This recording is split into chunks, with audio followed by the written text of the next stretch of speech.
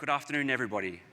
It's great to be with you all here, especially so early in the week before you've all had a chance to light up Vegas. My name is Andrew Midgley, and I feel privileged to be able to share with you some of the things I've learned from this community over the last 8 years working on cloudability. So today, I'm joined by two FinOps experts. Hi, my name is Oved Lurie. I'm the field CTO for Turbonomic. Happy to be up here with Apptio and Highland. Just want to see a quick raise of hands. Who's lit Vegas on fire so far? Anybody had time yet?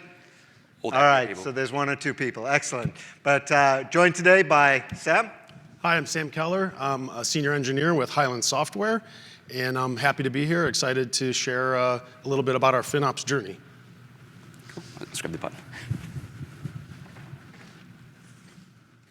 All right, so as we go through this today, there's going to be a very common theme. As the artifact changes, the problem remains the same. What does that mean?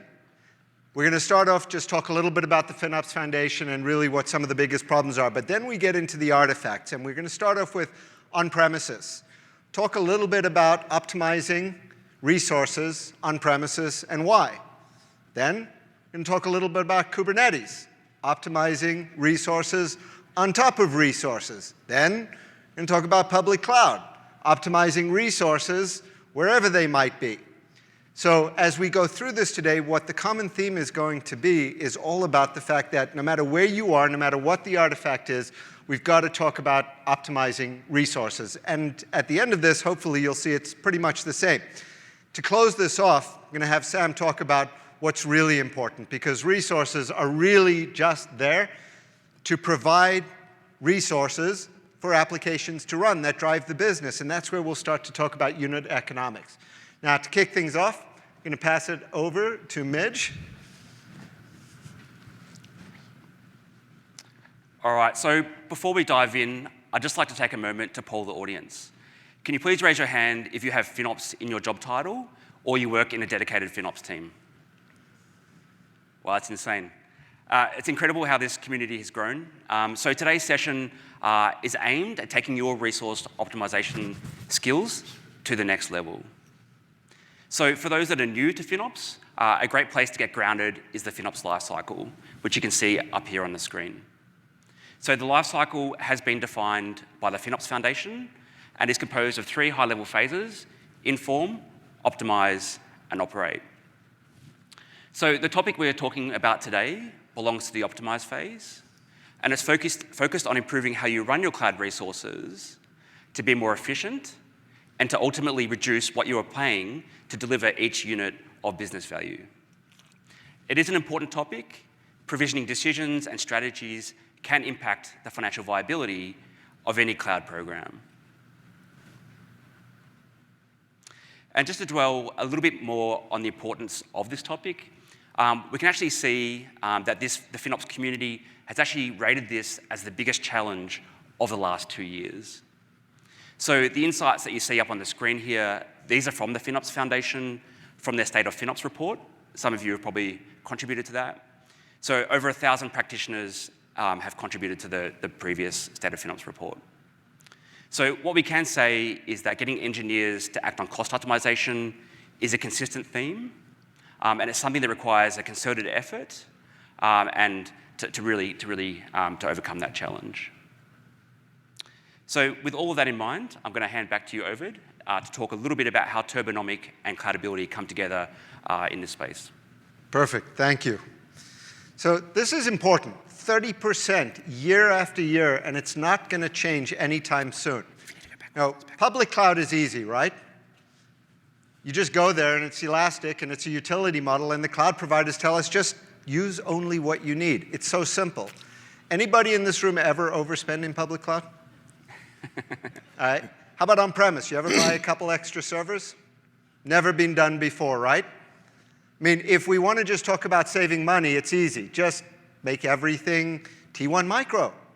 Simple. But then all my applications will break.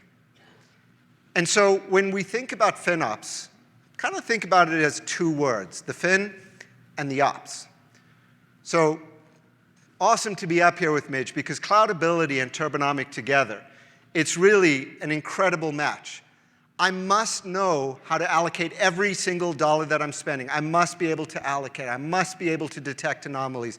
I must have governance over my cloud. I must be able to go after the big opportunities.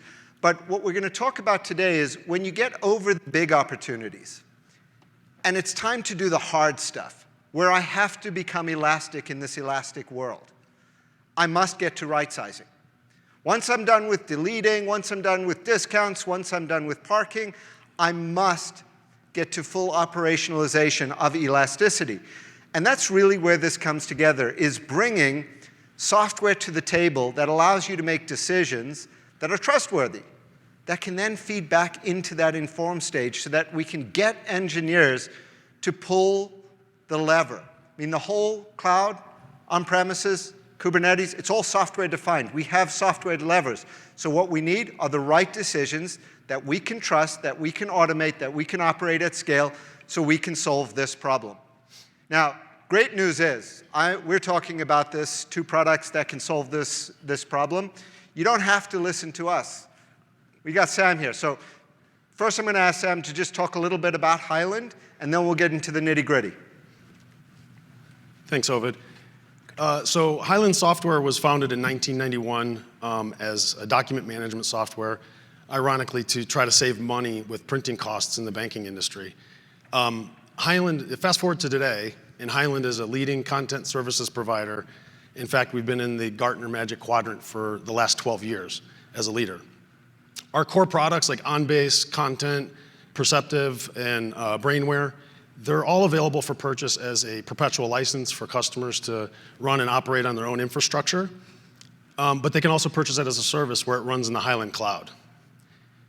The Highland Cloud platform runs on both Highland managed data centers and in public cloud. About 75% of our workloads are in our managed data centers running on VMware vSphere, and about 25% of that is running in AWS. We have tens of thousands of servers. We have tens of thousands of servers and tens of thousands of terabytes of data spread out globally across the world. About 23,000 servers and 35 petabytes to be more exact. Our software is extremely customizable, has hundreds of different modules, and the application can vary quite a bit from customer to customer. So that's great for the customer, but it does come with some hosting challenges because each solution can require different resources. So therefore, at the scale that we're at and the complexity that we're at, automation is necessary. So it's not just important for engineers like myself, but also to assure that our customer solutions are getting the resources when they need it, and while doing those things, we're being fiscally responsible. If we went back 2 years and looked at some of the challenges that we were trying to solve for, the first one is that we had a lot of teams requesting resources, entirely too many resources, and the cloud infrastructure team was spending too much time reviewing these requests, looking at performance metrics, making the changes, and having meetings and discussions, just this not working at scale. In addition to having over-provisioned resources, we had some under-provisioned resources as well.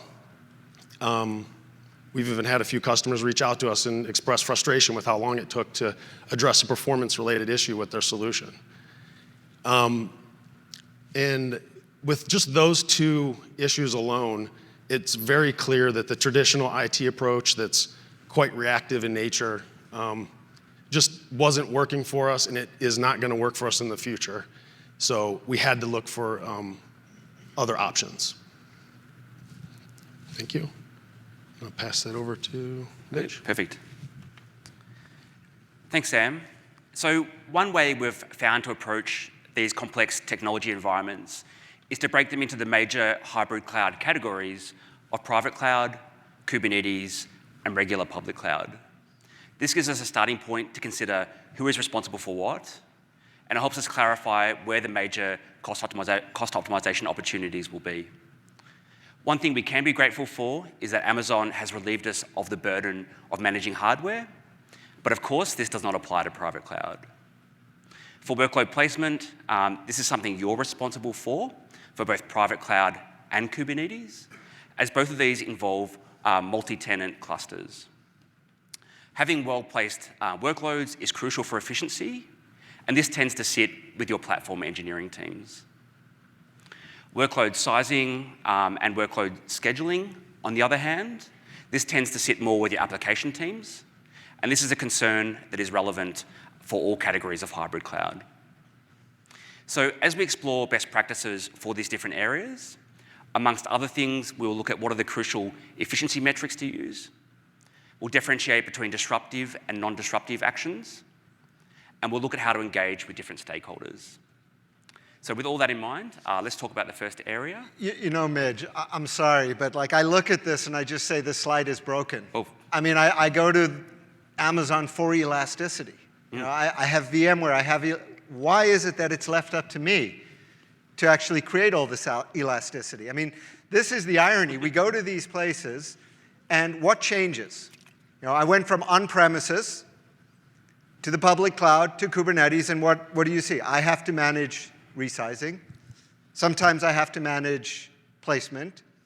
I have to manage start, stop. I have to decide when to provision. And yes, I can use tools to do this, but how many tools am I going to need to do all of these different things across different platforms? And so I think this is where it starts to come together. These are all simple artifacts. There's no difference between a container, a virtual machine, and a public cloud instance. You make them bigger, you make them smaller, you move them left, you move them right, you need more, you need less. But we're always trying to figure out when to do this and why to do this. So the first artifact we can talk about is that fixed cost, sunk, static infrastructure that we buy on premises. And this one's interesting. And you know, from a turbonomic perspective, we used to be called VM Turbo. So I'm sorry if we called you 1,000 times a day back in the early 2010s, but that's what we did. We worked incredibly well on top of VMware.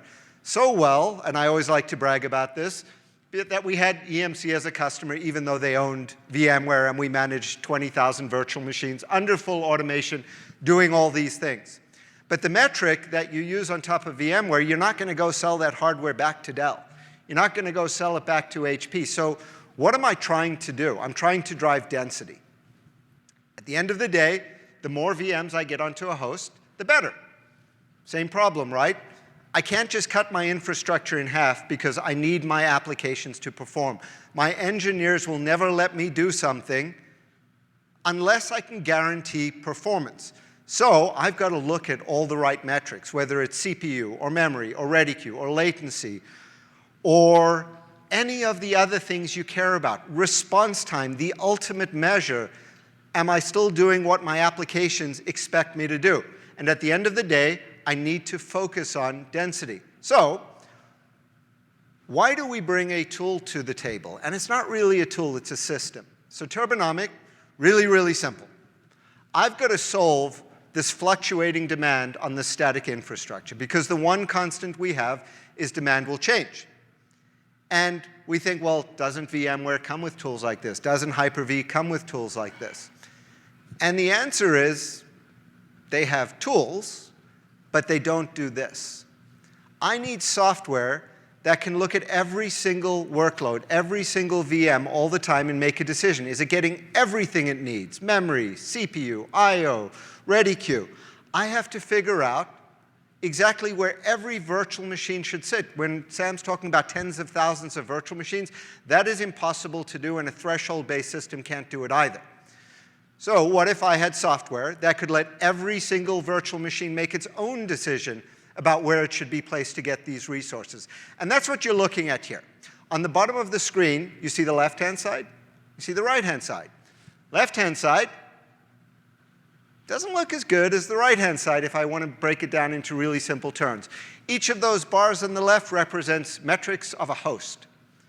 But when you plug the software in, what it does is it figures out where should I place my VMs to avoid risk?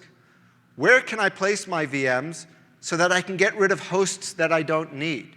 I've seen customers turn on the automation where the workloads place themselves and then the hosts shut themselves off 238 hosts at a large financial out of Chicago shut themselves off because they weren't needed to satisfy the demand. And the virtual machines made the decisions to do this on their own. And then what if I then layer in sizing? Well, don't we already have tools for this? I mean, sure, you've got a tool that does placement, and you've got a tool that does sizing, and you've got a tool that does capacity, and you have one for on-premises, and you have one for cloud, but it's the same thing. Every virtual machine needs to decide the resources it needs, and it needs to tell your engineers exactly what it needs, and it needs to be defensible. Every dollar I spend must be defensible, and every dollar I cut must be defensible from a performance perspective. So all of the information is there. What are my resource utilizations for any of these key metrics over time? You know, what Midge said at the beginning, what if I can do it non-disruptively, like adding resources on the fly? I mean, that's a great way to get engineers to take actions.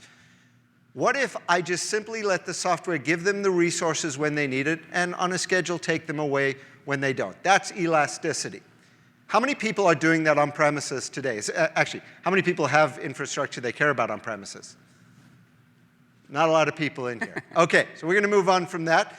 But reason I bring this up is people think, I'm going to the public cloud, and magically they're going to do something different. And as we get into the cloud, that is real money. The meter is running. I have to do this. So does it actually work, is the question. It does work, Ovid. I call this slide the recipe for success. It's really the order of operations that we took deploying the Turbonomics platform. We started off with workload placement, which Ovid was just talking about. And it's a very simple win. It's a non-disruptive action to vMotion a machine from one host to another. And so we implemented it as a POC. We rolled it out into dev. We put it into production. And what we noticed through that process is that Turbonomics workload placement automation is better than just vSphere DRS alone. It did a much better job with our CPU ready time. And we already run our ESX hosts really dense with lots of virtual machines. And this allowed us to even run it even more dense. The next thing that we had to do before we started taking actions to virtual machines is that about half of our environment in private cloud was managed with Terraform. So as infrastructure as code, to prevent it from changing back the changes that we would make with Turbonomics, we had to make a decision. We looked at multiple different ways and tested multiple different ways on how we could do this. For us, and this might not work for every organization, but for us, we used there's a simple line of code there that ignores the subsequent changes of CPU and memory on the virtual machines. So we still use Terraform to deploy our virtual machines. We use it to scale out horizontally other changes, but we just exclude the changes for CPU and memory. That allows Turbonomics to make use their native API to vSphere to make the changes that we want to happen. So after we got that in place, we moved on to scaled up actions, which Ovid was talking about. This is a really easy win also, because the application teams and solution owners, they don't really complain so much about adding resources to it, right? So we took some actions manually at first. As we trusted the platform more and more, we now have automated that with Turbonomic policy that automatically adds resources to those virtual machines when it's needed, at the time it's needed, in real time. So we took this information and we made sure to share that broadly across the organization. We had many reports. Actually, all the changes that are being made to every virtual machine, and there's a screenshot in the lower right. We have Turbonomics sending a webhook to Slack to notify each team that there's a change has been made to a virtual machine. And this built a lot of confidence and trust with those application teams and owners. And so then we moved to the next phase, which is to start taking the scale down actions.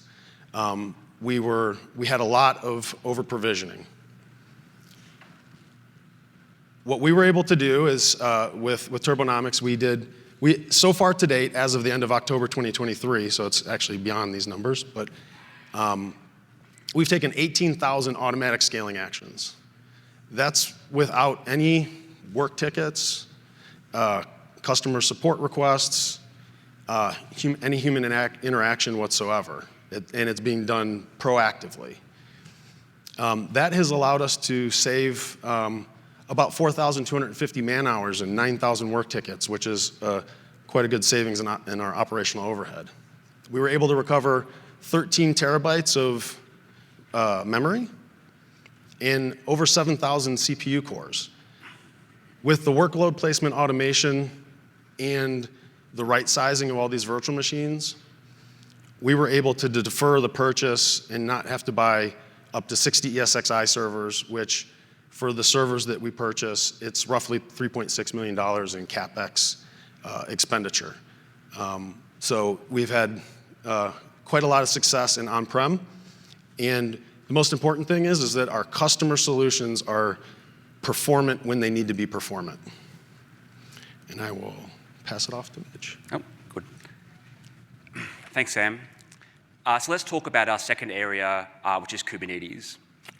So the first thing I will say about Kubernetes is that we've seen a rapid adoption of Kubernetes across our customer base. And I think a lot of this has been driven by Amazon's investment in EKS, which is just making everyone's life a lot easier. So we can think of each of these Kubernetes clusters as a cloud inside the AWS cloud, each one being a multi-tenant environment with cloud concerns across areas like network and security. As FinOps practitioners, it can be challenging to get detailed visibility on how well optimized different components are within these clusters. But the metric I go to is unused versus used capacity for memory and CPU at the cluster level. So I have some industry data in the bottom right-hand corner of the slide. And you can see there that it's not uncommon for organizations to be running their clusters at utilizations below 50%. So it's clearly a big problem. So as FinOps practitioners, the place to start is with sizing your containers. The reason being that if you're not optimized here, you're basically stuck. If you have a lot of containers with high resource guarantees, that memory and CPU is going to need to be allocated, and you're not going to be able to consolidate your EC2 instances, even if they happen to be underutilized. Some things to remember. The first thing is that requests and limits, these are not compulsory. So we're completely dependent on our application engineers setting these values. Second, it's worth remembering that these values roll up to the pod level. So for example, if you have 2 containers in a pod, and each of these containers have a request of 100 megabytes each, then the pod will have a total request of 200 megabytes. And of course, all of these settings play into your quality of service tiers and how your pods get scheduled out to the nodes. So from a sizing perspective, the biggest return you're going to get is from addressing containers that have resource guarantees beyond what they ever use. That is, the request setting for CPU or memory, and thus what is allocated to the workload, is above the needs of the workload.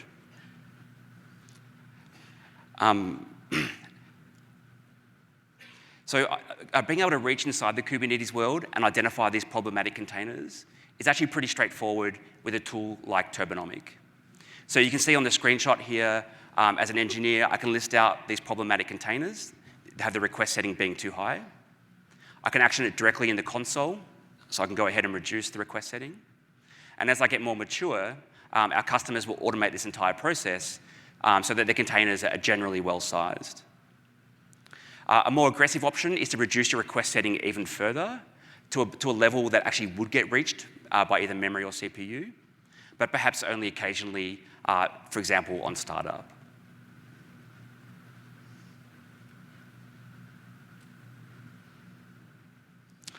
Okay, so let's talk about pod placement. So in terms of pod placement, the place you do not want to end up in is something similar to what you see on the screen here. That is where you have some nodes that are suffering from congestion and performance issues, And then you have other nodes that are sitting around relatively underused. One thing we do see is a misplaced belief. Sometimes we see a misplaced belief that Kubernetes will help solve this problem by intelligent placement of the pods. But the issue is, with the scheduling of pods, this is a point-in-time activity. So afterwards, conditions change, demands on workloads go up and down, and a non-ideal state emerges. No pressure evictions is something that Kubernetes does have to help deal with these congested nodes. But this is a reactive mechanism, and it doesn't take a holistic view to balanced load usage.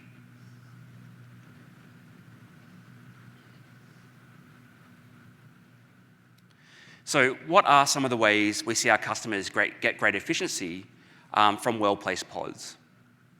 The first one is to take a continuous and proactive approach to pod placement, moving pods as needed to ensure you don't end up in a situation where some nodes are constrained and other nodes are sitting around underused.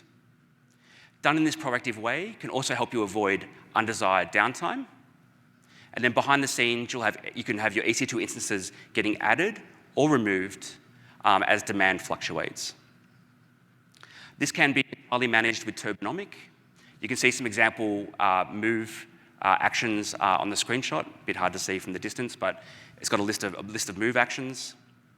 But anyway, this whole process can be managed manually initially, but most of our customers will eventually try and automate that process.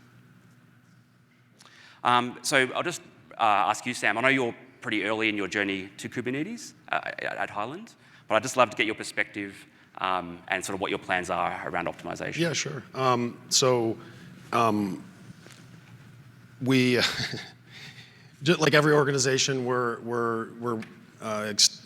working on microservices, more containerization, and it's just a lot, frankly, with virtual machines, we were failing before we were able to automate it with Turbonomics. So there's no reason to believe that if we don't take an automation-first approach with Kubernetes, that we're going to be successful with placement and right sizing with Kubernetes. So as we migrate, as we move towards more and more Kubernetes, we will be using Turbonomics to automate those actions. Yep. So be looking to automation for sizing and placement. Yes, absolutely. Yeah. Awesome. So now we're going to move into our third area, which is right-sizing instance types and volumes. And I'm going to guess that when people think of optimizing AWS, this is often the first thing you think of. So a very typical example might be a situation where you provision a very large and expensive EC2 instance, but over time you find out that the utilization is perhaps below 10% all the time. So what we can do is we can reduce the size of that instance. In this case, we can save money immediately, and we're not going to get burnt on performance at all. So why don't we just go ahead and make these changes across the board? It sounds pretty simple, right? But the issue is, at scale, that becomes pretty challenging. We have to get the right insights to the right people, and it's not always obvious what the right instance type is. In terms of metrics, the metric that I prefer to use is overspend. So overspend is something that will never be $0. I can guarantee you that. But if you can take overspend, let's say from $100,000 a month to $50,000 a month, then you can quantify the impact you're having as FinOps practitioners. So for the remainder of this session, we're going to tackle things from a crawl, walk, run approach. So this is an approach that is encouraged by the FinOps Foundation, and we've seen it work really well across our customer base.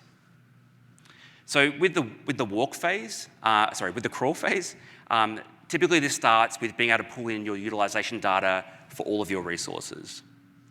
The good news is that CloudWatch has the majority of these metrics, so getting started, is pretty straightforward. However, you do have things like memory data, which is a bit more difficult to get. And this is really where tools like Cloudability can come in and help you get started very quickly and identify where those cost savings are very quickly. So one thing I will say about the crawl phase is I find it a very fun phase. Often there's big savings that you'll find very quickly. So some examples of things that I see is When you turn on these kind of insights, you'll see EBS volumes that might have 20,000 provisioned IOPS, but the maximum they're using is 10. And when I say 10, I don't mean 10,000, I mean 10 IOPS. These are the kind of things that you see.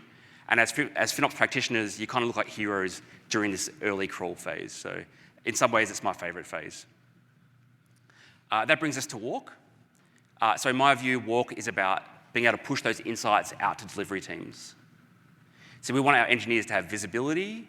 We want our engineers to have confidence that they can address those over-provisioned instances and volumes and every other kind of cloud resource they're running. This is a major strength of Cloudability. So we have a capability called business mapping, and we can use that to connect up the recommendations to the stakeholders and the teams. And for our run phase, this is going to involve some version of automation. So with Cloudability, the way this typically plays out, it's about automating your workflows. So our customers create a policy. So a policy could be, only action this opportunity if the savings is over, $100 a month for a particular type of resource. And then what Cloudability would do is then create a ticket in your ITSM system. So for example, if you're using ServiceNow or Jira, based on that policy, the tickets could be created automatically and then assigned out to your teams and individual engineers who can action them. This way, the entire workflow can be managed in the tools that you're familiar with and prioritized accordingly. The other real positive of this is that your infrastructure as code best practices, build pipelines that can really be integrated very nicely. So that's one version of automation that is a part of the run phase. The other version of automation is literally full automation. And full automation means that the actual tooling would take the action. And so this is particularly powerful for non-disruptive changes. And I know, Sam, you'll talk more about how you've done that at Highland.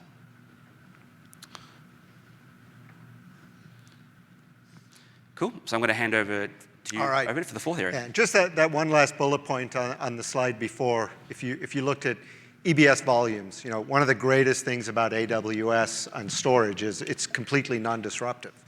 No matter where you go, what storage share you want to use, it's a non-disruptive action. That is, by definition, how you can get to elasticity. If I can automatically scale you up when you need it and scale you down when you don't, that's a no-brainer for automation. It's pretty hard for an engineer to tell you that they're not going to do it when there's no disruption. You're pretty much guaranteeing performance and managing cost. And this is how we start to inject elasticity. But there's easier things to do before that. If we look at deleting and idle resources, this one's really, really simple. Yet it's present everywhere, right? People delete something, leave that storage behind, can't let it go, even if it's not a snapshot. Then you have to create some sort of automation around it. Everything we've heard today is crawl, walk, run. First, observe it. Second, take a few manually. Finally, we have to get to automation at scale. When I was listening to you talk about Kubernetes, think about microservices. There's 10 order of magnitudes more objects to manage. I cannot do it without getting to automation. So when I think about deleting wasted resources, I've got to get to some sort of automation on that too. Same thing with idle resources, but this one's a little more complex because how do I know it's idle? Is it connections? Is it transactions? Is it low utilization? But if it's low utilization, is it just low utilization on something that was too big? So this is really simple to quantify what the benefits are. But again, crawl, work, run. What do I have? Who's doing it? How do I surface them to this? And what you're starting to see, I've got both Turbonomic and I've got Cloudability working together to show what the actions are, what the impact is, what the impact opportunity is, and then gamify it so that I can do fame back, make people famous for doing all the right things. And this is an easy way to start. This is not going to kill your application performance, and it's incredibly valuable to do. And when I get to the end of this, where I do have the right methodology in place, I have the automation built in, whether it's, as Midge said, doing it through ITSM, or doing it through the tool itself, or doing it through infrastructure as code, whether I'm doing it at the Terraform, if I'm doing it at GitOps, doesn't matter. over to Sam to talk a little bit about what he's done in AWS. Cool. So here's our recipe for success. The very first thing to do that we did, and what I would recommend for everybody, is to delete all the unattached volumes that are not necessary. This was kind of a no-brainer. We went ahead and did manual deletions at first, then we fully automated it with a policy. We did have to put in a few exceptions in there in case we needed to keep one for an AWS support request or some legal reason. But definitely, at least I was surprised how much was just sitting there that we were able to delete right up front. And now it's just, there's never any waste there at all. Infrastructure as code. We were 95, maybe 99% infrastructure as code with our AWS deployments. So we had to address the same scenario. And again, this might not work for your organization. It did work for ours. We are in Terraform. There's a code snippet up there. We're ignoring the changes of the instance type and for the storage tier type and IOPS and throughput. That allowed us to go on to the next phase, which Ovid was talking about, EBS volume scaling actions. This was a great place to start also in AWS. The actions are non-disruptive, both up and down. So again, it's fully automated. So when our solution needs additional IOPS, it will just automatically add those IOPS or throughput, or even change the storage tier type. And again, that's making sure that our customer solutions are performant, and this is all being done proactively versus reactively. We have over 13,000 EBS volumes. We are 99.99% optimized and about 90% fully automated. Again, this is a great place to build trust with the engineers and to move on to the app owners and solution owners to move on to the next phases.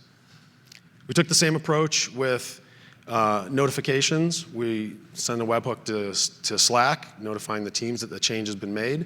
And then we have weekly and monthly reporting, and of course meetings and stuff like that to go on to the next. And that builds confidence for us to go on to the next phase, which was making instance changes.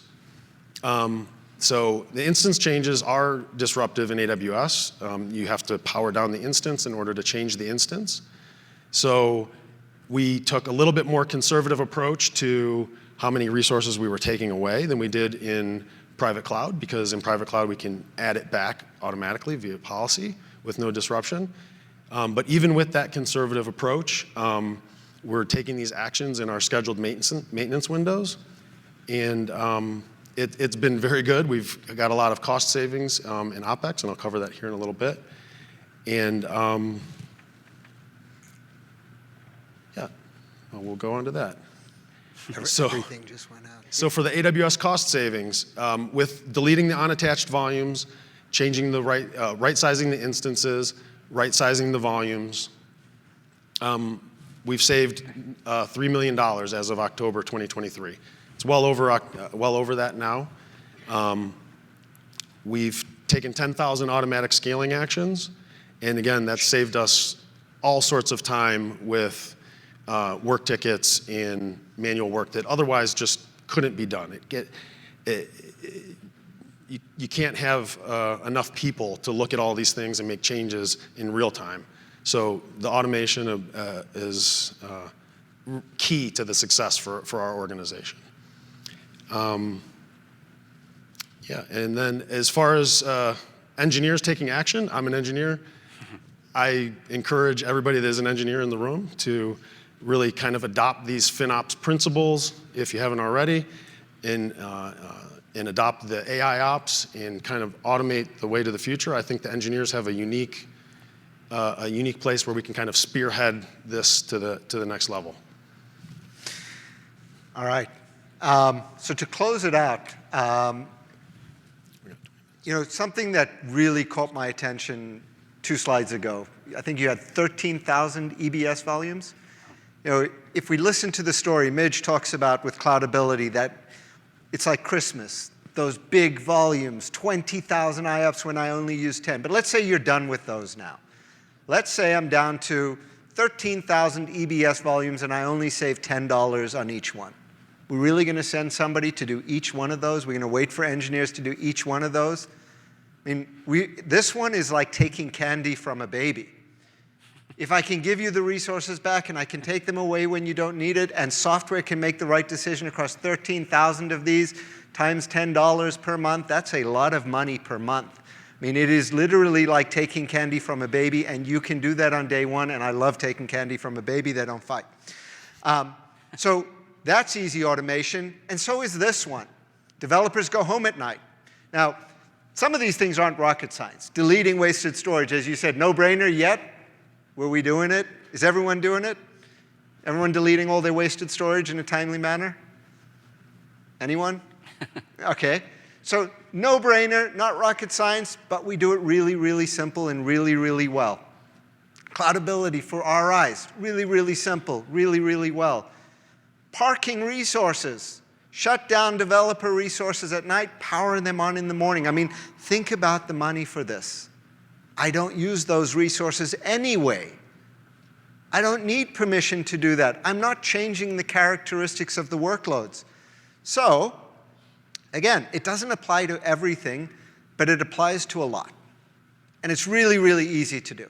And it's a great way to start with automation because the return is incredible. Again, not rocket science, but we make it really, really easy. I got a little graphical interface like you see there.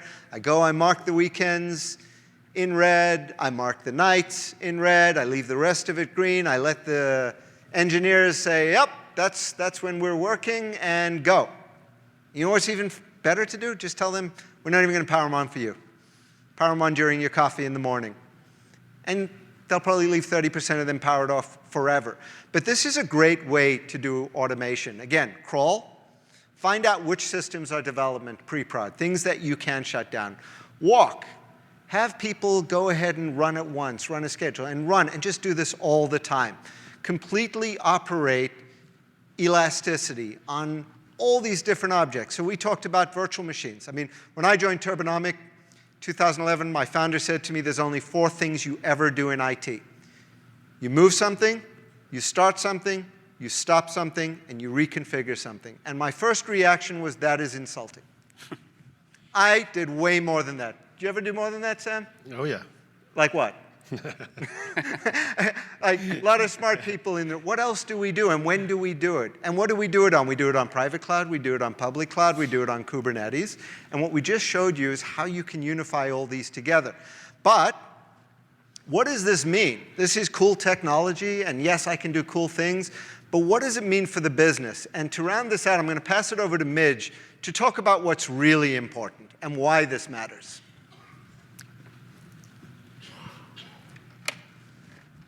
All right, so you've done all this amazing work. You've looked at placing your workloads in Kubernetes well. You've done your right sizing. You've dealt with your EBS volumes. So you're sure that your efficiency is improved. But how do you measure that and do it in a way that the business understands at the top level? So this is where unit costs come into play. By measuring cost per unit of business value, we simplify a very complex situation. We're able to abstract away a lot of different variables, and we can also take into account changes in demand from our customers. You know, sometimes a bill going up, the total bill going up, can be a good thing. It's just an indication of the fact that we've got more customers.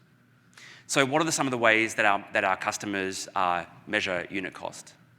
Well, it depends on your business. But some of our customers will measure a unit cost of cost per monthly active user, or cost per ticket sold. For us at Cloudability, what's central to what we do is processing billing lines.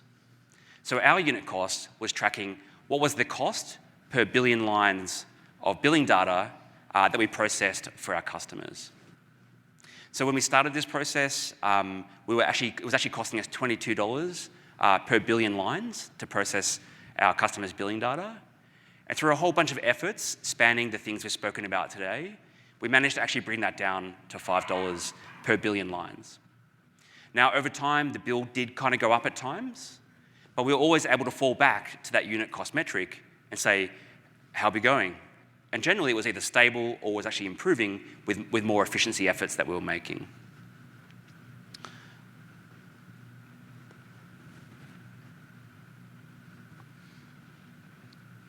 Oops, wrong way, sorry. Okay, so it's time for me to start wrapping things up. I think we're on time here. So I'll start by saying that you FinOps experts are the star of this show. The impact that you can have on efficiency and things like carbon emissions is huge. So tools like Turbonomic and Cloudability, they play a role in you being able to amplify your impact. Now, in terms of some general resources that I would recommend, there is the O'Reilly FinOps book written by Mike and JR. So that was published earlier this year. So if you're looking for a good read as you go back home after reInvent, that could be a good book to get your hands on.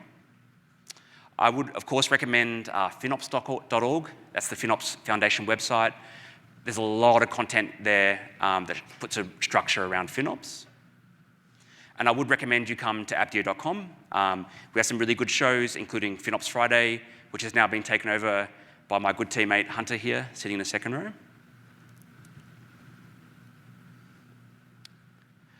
For specific optimization content, there is also lots of great content on Apptio.com, including things like white papers, ebooks, and blogs. So I do know that these slides are shared with everyone after reInvent. So when that is done, I would recommend just going and checking out some of these links. There is a lot of content out there. So that's it for today. I would like to thank my co-speakers. It's been a pleasure. I'd especially like to thank Sam for being a brilliant customer. I know we do appreciate the thought leadership you provide, and also the fact that you're willing to share it with everyone. So thank you guys. And that's it. So, yeah.